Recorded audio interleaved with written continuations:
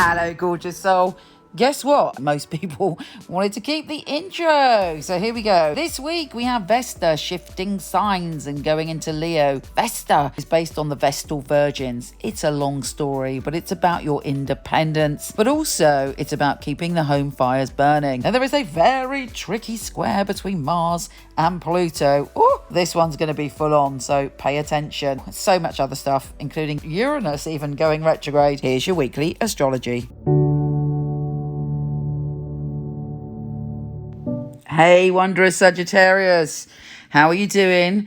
This week, Vesta, which the energy of which is based on the Vestal Virgins. They were taken on for 30 years to keep the flames of Rome burning. And it said that as long as the flames were burning, the city of Rome would always be protected. Of course, you know, they get in trouble if the flames went out, but generally they had unique status because they were owned by no man, and they were free, and they all worked in harmony together. And I believe it goes back to a further ancient myth, well, not a myth actually, as far as I'm concerned, a historical fact that there used to be back in the day an egalitarian society, and the women priestesses became the embodiment of the goddess, and to have sex with the priestesses, you were literally forming a union with the sacred. I did a degree. I'm fascinated with all of those topics. But for me, yes, bring on the Vestal Virgins. And for you, Vesta is going into your 9th house of adventure and just basically your energy. It's all about adventure. It's all about opening up, stretching yourself, and doing all the things that you love to do, galloping off into wild adventures and allowing yourself to be free. But you're likely to do it with other people.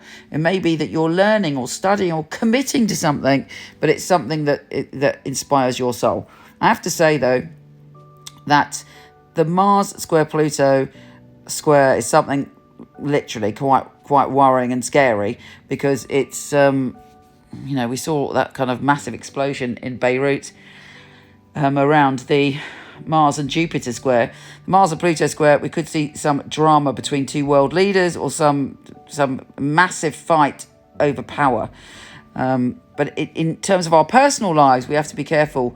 But it could mean that there's someone trying to push our buttons or push us by trying to oppress us with their power, and we fight back. But it's all very drama. And for you, it may be to do with relationships, fun and pleasure versus security. So, I'm just saying, as far as I'm concerned, we've got to keep a low profile on the 13th. But, sometimes in life, situations happen when you have to fight for your rights. That happened to me recently. And interestingly, I'm an Aries with Mars in Aries, and the person that was doing the bad do is a Scorpio. So already that energy is around, but it comes to a peak next week. So yeah, anyway, after that gets a lot easier because we have the Sun trine Mars, which is lovely. It makes us confident. It makes us outgoing. And for you, it's in your adventure zone again, and it's trining Mars in your pleasure zone. So whatever drama you have before that, pleasure is assured. Great vibes and energy and optimism about romantic relationships, creativity, and children. Now, Uranus is going retrograde, giving us all a little bit of peace. Uranus changed signs, so it brought a different, a few months ago, and it brought a different energy. Was it months or was it last year? I don't know. But anyway, for a long time, we have had this energy shift from Uranus being in Aries for ages. It was then in Taurus. It was now in Taurus. And so it's like, whoa, different kinds of shocks coming. And for you, it's been about your health and well-being, and maybe your work and some details that you didn't take care of in your life. But to cut a long story short, Uranus going retrograde gives us a little bit of peace and quiet. So that's good. Let's see what the tarot has to say. First card you've got is the Star. There is a lot of healing, inspiration, and creativity around you coming up. And you're like, oh, yeah, baby, I'm basking in the wonder of that.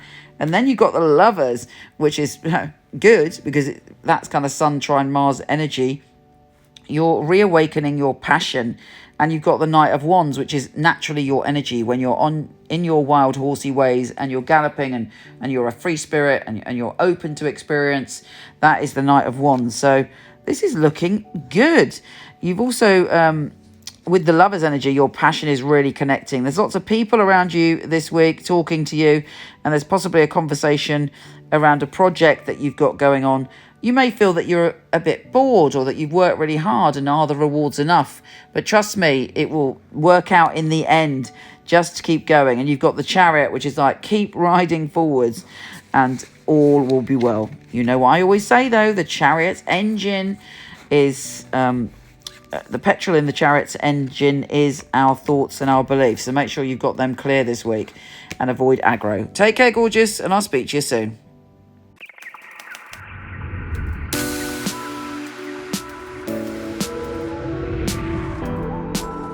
Hi, gorgeous. Before you go, check out my new film on my fabulous psychics. A lot of people ask me for readings. I don't do them anymore, but for over 20 years, I've had an award-winning team of psychics that I truly hand-pick.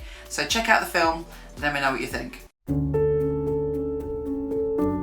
The purpose of a reading, I feel, is very much to inspire people and to empower people. It's about hope. It's about guidance. Using a phone or being with you, it will be the same because the matter is spiritual. It's very important for me that the client feels spirit with them. So it was a psychic reading. I don't remember the readings right after because it's not myself giving that, it's actually coming from spirit. And it is a bit like a three-way conversation. I've got the person on the phone, I've got me, and I've got another voice that's telling me things. I even shock myself, things that I come up with, and I think, how did I get that? I'm channeling messages only for one purpose, to help people. It's been able to help somebody have a map back to where they've got lost from. My priority is to connect to your truth and have the best life that you can have. I think in my readings people feel a sense of a safe space where they can really be themselves, let go. You need a feeling of being understood because reading should be empowering. I will make sure when the reading is finished that you're happy with everything.